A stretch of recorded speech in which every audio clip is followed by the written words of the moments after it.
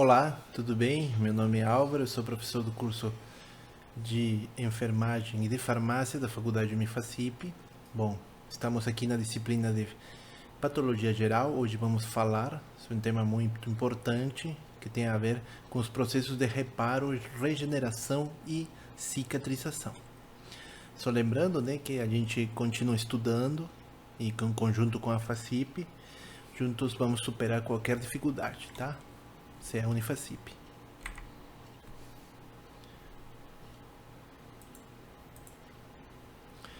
Então, como eu estava falando, né, o tema que continua depois da inflamação crônica tem o tecido conjuntivo, renovação, regeneração e reparo, que não é nada mais do que o estudo dos principais processos que envolvem, no caso, os processos de reparo frente a diversas situações, como nós vamos ir explicando. Só para lembrar, basicamente, que quando a gente vai falar desse reparo, a gente tem que especificar que a gente está falando de células, basicamente, né? Então, imaginemos conforme a figura, temos um grupo de células, uma população celular estável, no caso, na qual ela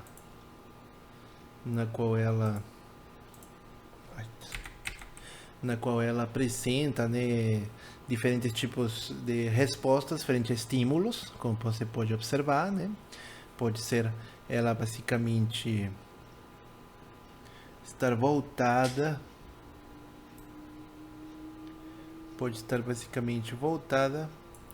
a proliferação celular, que isso vai levar a uma diferenciação dessas células, e frente também à morte celular, basicamente provocada por apoptose, que é morte celular programada. Então isso depende muito da população de células-tronco, que são elas que vão gerar os processos de diferenciação. Tá? Então é importante lembrar isso. Outro evento importante, quando a gente fala de processo de reparo, é o ciclo celular. O ciclo celular é um evento na qual acontece o fenômeno, no caso, de divisão celular. Essa divisão celular vai acontecer basicamente na fase de mitose, que é uma das fases que conforma o ciclo celular. Tá? Então, quando a gente fala sobre esse tema de reparo, regeneração e renovação, a gente entende muitas vezes que essa lesão provocada nas células, ela vai iniciar uma cascata de eventos para substituir, né, no caso, ou iniciar os processos de cura dessas células que estão com algum tipo de problema, que foram atingidas por inúmeros fatores que iremos observar agora. Então, o primeiro, a gente vai falar sobre o reparo. Os processos de reparo, no caso, que como o próprio, no caso, o conceito fala, é uma série de eventos através dos quais o organismo substitui as células lesadas ou mortas, que pode se substituir por a mesma célula ou por outro tipo de tecidos. Ela basicamente é estimulada pela inflamação. Assim mesmo, ela é dividida em dois processos, como é a regeneração e a cicatrização. Só para entender uma coisa, esses são dois processos, não confundamos. Regeneração é um evento que está dentro do reparo, assim mesmo a cicatrização. Eles não são iguais. Muitas vezes temos problemas em pensar que é a mesma coisa, mas não é não. Outra coisa interessante de ver é que o que provoca os desarranjos estruturais, por causa que muitas vezes a cicatrização ela não vai substituir um tecido como era originalmente. Tá? Isso é uma coisa interessante de observar. Então, o primeiro processo desse reparo temos a regeneração. Regeneração não é nada mais do que uma substituição de células ou tecido lesado por outras células do mesmo tipo. Então, é a troca pela mesma célula. Só que uma que estava doente ou com problema, com lesão, vai ser trocada por uma saudável, no caso. Assim mesmo, a gente dá alguns exemplos daquelas células ou tecidos que se regeneram bastante. Um exemplo, o sistema hematopoético, basicamente células do sangue, e o epitélio cutâneo, a pele, no caso, e o trato gastrointestinal, que ele se renova aproximadamente a cada 2 horas. tem que acontecer uma regeneração completa, no caso. Assim mesmo, vai ter facilmente um crescimento celular. Células para quê? Para substituir aquelas estruturas perdidas. E a parte mais importante, requer a arquitetura do tecido conjuntivo intacto. Não pode ter perda desse tecido conjuntivo, senão já não vai ser mais um processo de regeneração, tá? Agora, a cicatrização, igual que a regeneração, são respostas que vêm provenientes de quê? Pode ser de feridas ou ferimentos, ou também por processos inflamatórios que acontecem em órgãos internos. Assim mesmo, uma coisa interessante que ocorre quando a matriz extracelular está danificada. A matriz extracelular está danificada. Agora, ela também consiste, no caso, num processo de regeneração e deposição de tecido fibroso. Deposição de tecido fibroso, através de fases que a gente vai falar. Ou seja, vai ter formação da cicatriz ou formação de tecido cicatricial. Que aspectos devemos ter em conta dessa reparação, que muitas vezes está associada à inflamação também, né? O primeiro deles é a nutrição. A nutrição é importante, né? Já que a nutrição ela vai ter um impacto sobre a cicatrização de feridas. Outra coisa também é vitamina C, já que ela ajuda na formação de colágeno. Também o uso de glicocorticoides também, eles podem diminuir os processos de reparação. Então o uso de corticoides pode provocar isso também. A deiscência da ferida não é nada mais do que uma abertura no caso dessa ferida, uma ruptura dos pontos, né? Quando precisou de uma sutura, causada muitas vezes por um foco infeccioso ou um processo inflamatório que voltou, e irrigação sanguínea inadequada. Isso se dá muitas vezes porque esses processos de reparação podem acontecer em locais do nosso corpo que eles têm pouca vascularização. Por exemplo, a planta do pé, no caso que tem pouca vascularização, no cotovelo, regiões normalmente que tem bastante impacto. Que fatores influenciam a qualidade e capacidade do reparo?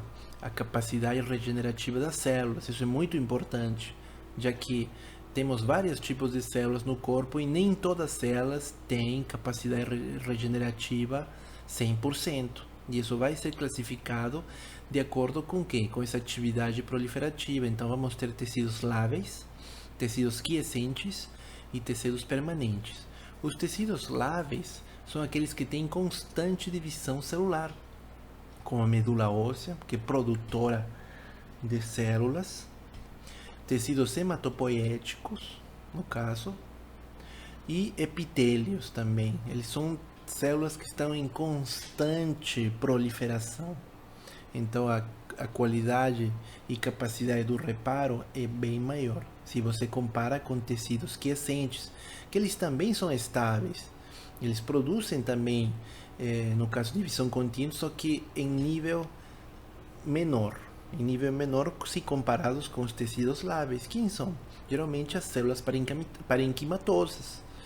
Por exemplo, os fibroblastos, a musculatura lisa, o endotélio vascular, os linfócitos e hepatócitos. E os tecidos permanentes também, já eles não possuem ciclo celular, ou seja, eles não se dividem.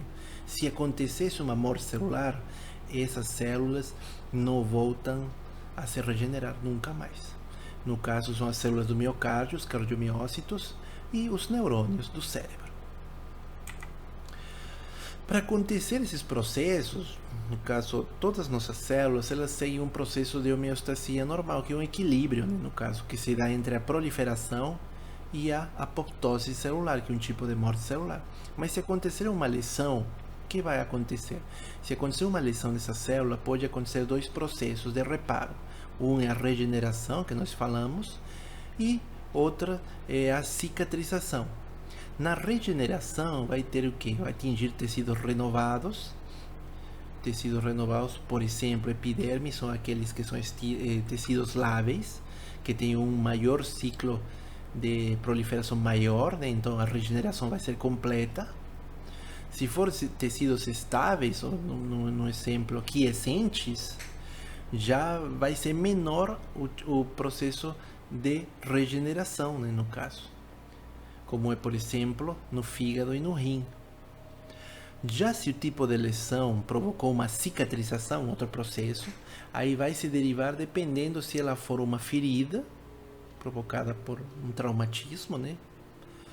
E ela vai, nessa ferida, que vai acontecer uma perda de tecido, vai ter um processo de deposição, no caso, formação de cicatriz, ou se ela provém, essa cicatrização, de uma inflamação crônica, por exemplo, uma gastrite, que ela vai provocar o quê?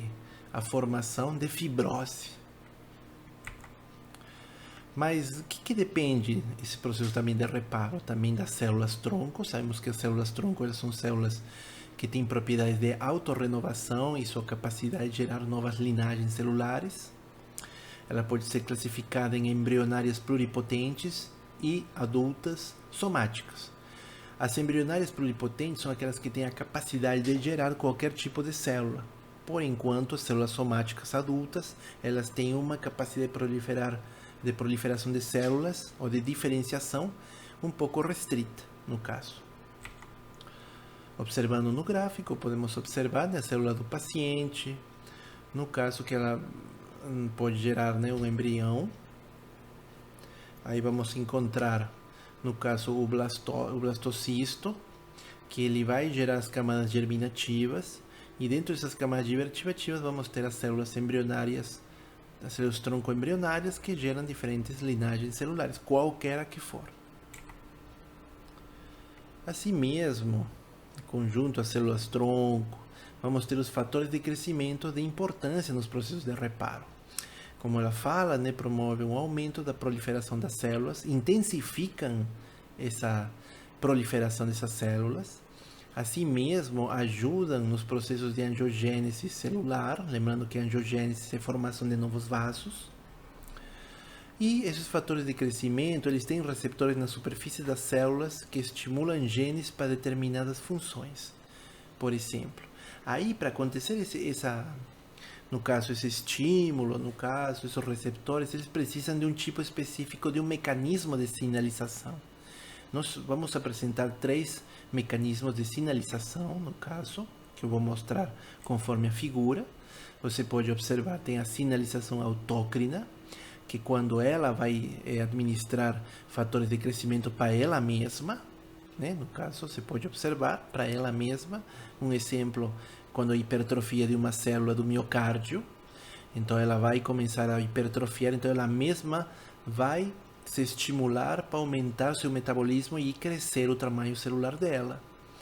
Assim mesmo temos a sinalização parácrina, no caso parácrina para, né, adjacente, então ela vai atingir uma célula adjacente através dos fatores, no caso de crescimento. E temos a sinalização endócrina. A sinalização endócrina, ela não acontece diretamente entre as células, já que a sinalização endócrina acontece através do quê?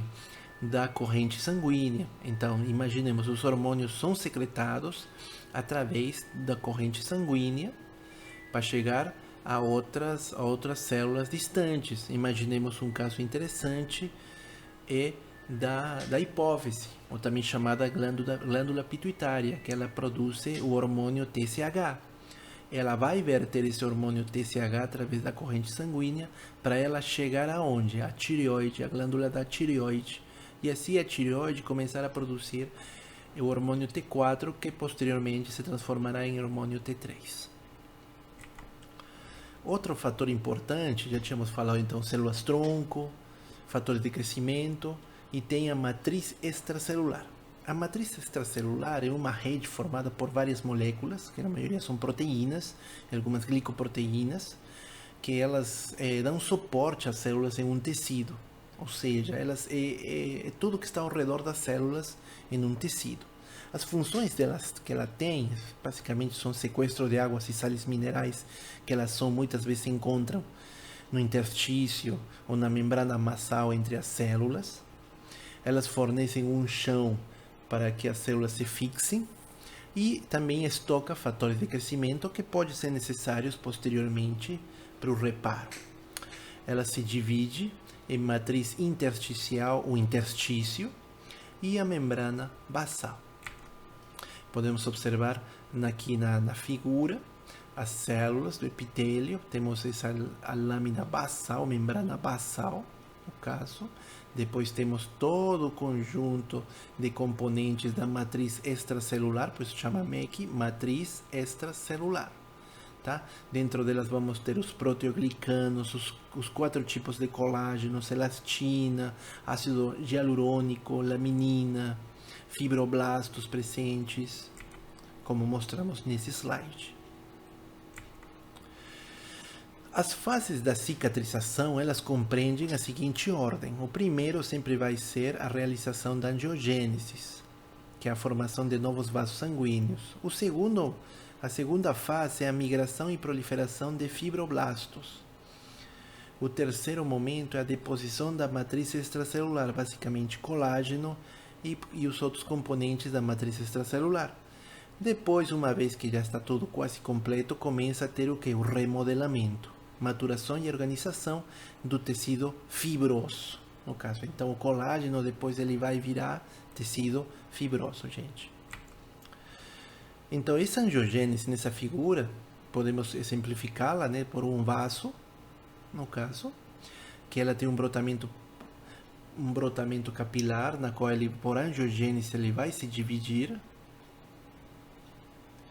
no caso, ou simplesmente também pode acontecer um vaso que não tem nenhum tipo de brotamento, mas que, devido aos fatores de crescimento, no caso, ela pode começar a crescer um brotamento de um vaso que vai se ramificar conforme a necessidade, né?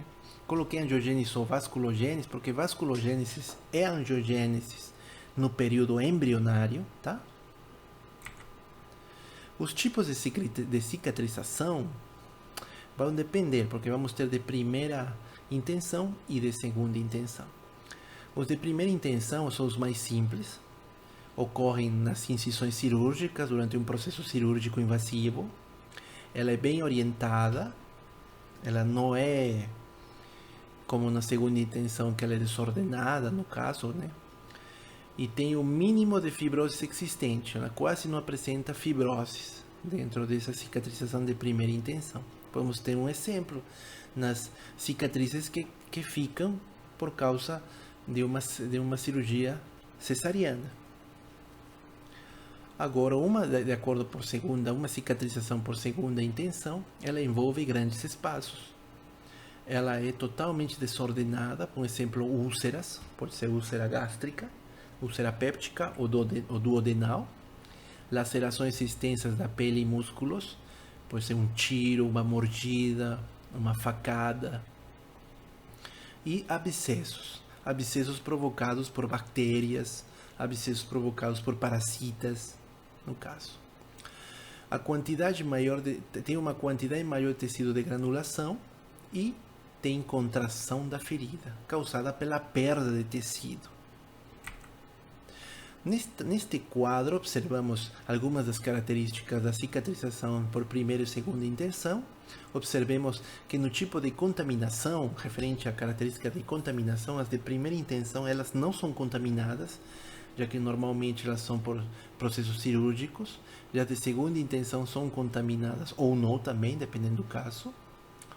A intensidade da reação inflamatória nas de primeira intenção é menor, sempre vai ser maior nas de segunda intenção.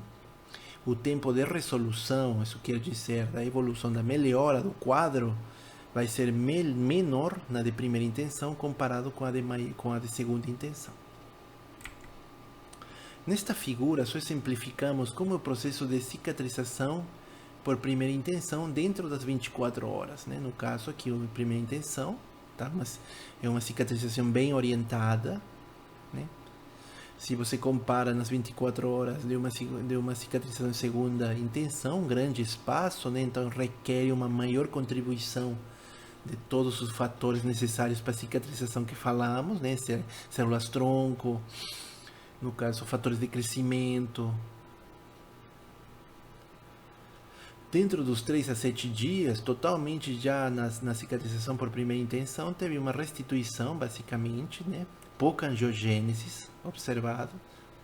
Então, tem pouca evidência de tecido fibroso, até chegarmos em semanas que teve totalmente essa cicatrização, na qual tem pouco tecido nervoso. Agora, se comparamos com nas 3 a 7 dias da segunda intenção, cicatrização da segunda intenção, observamos grande quantidade de angiogênese, foco inflamatório, até dependendo do caso, e grande acúmulo também depois de tecido fibroso. E vai ter aquilo que estamos falando da contração da ferida, que é nada mais um puxão dos tecidos por causa da perda de tecido principal que era nessa região que estamos observando.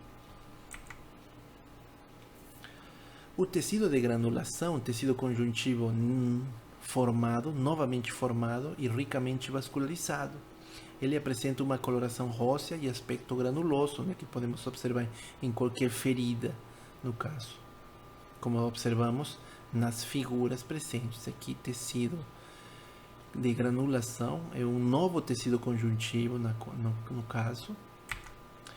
Os aspectos patológicos agora do reparo, porque o reparo é um processo fisiológico, mas se ele acontecer algum tipo de patologia, ela se torna, né, deficiente. Aí podemos observar que seria que uma formação deficiente da cicatriz, ou também pode ser um excesso na formação dos componentes da reparação, que leva a formação de um tipo de reparo em pele queloide, cicatrização hipertrófica ou granulação exuberante, carne esponjosa, normalmente são acúmulos, como vamos observar na foto, fibromatose excessiva, que pode levar a tumores malignos, e formação de contraturas também. Observamos, né, a pele queloide, no caso, a cicatriz hipertrófica, que não devia ter acontecido, né? E deformações, né, que tínhamos falado, né, granulação exuberante, né, podemos observar aqui uma granulação exuberante, que podemos até exemplificar aqui, tem uma deformação, no caso, desse processo de cicatrização.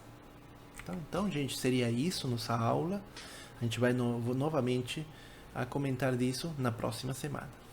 Obrigado.